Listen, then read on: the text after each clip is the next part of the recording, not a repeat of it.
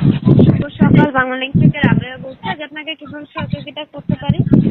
বলতেছি যে আমার সিমে একটা অফার আছে যে 12 GB 130 টাকা 30 দিন মেয়াদে। অফারটা কি অ্যাভেলেবেল আছে? কিছুদিন সময় দেবেন, আমি এই বিষয়টি চেক করছি। অফারটি আপনি কোথায় দেখতে পেয়েছেন? BL deal. স্যার, আপনি তো মাই বাঙালি অ্যাপসে দেখতে পেয়েছেন নাকি আপনার নাম্বারে SMS এসএমএস আইছে, কোডও আইছে। *121 5130#। সময় দিয়ে সাথে থাকবেন, আপনার বিষয়টি আমি চেক করে দেখছি। SMS কখন পেয়েছেন স্যার, আমাকে কাইন্ডলি একটু জানাবেন। এসএমএসটি পাইছি হলো এই তো কালকের আগের দিন এরকম টাইমে।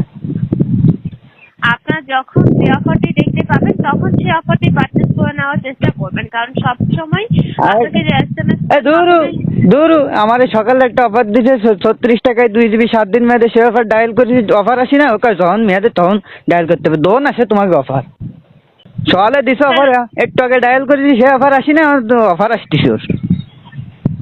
36 টাকা আপনি এখন কোন প্যাকটিতে প্রবলেম ফেস করছেন? 36 টাকার প্যাকে নাকি অন্য কোনো প্যাকে? 36 টাকার প্যাকে আমি প্রবলেম ফেস করতেছি বর্তমান।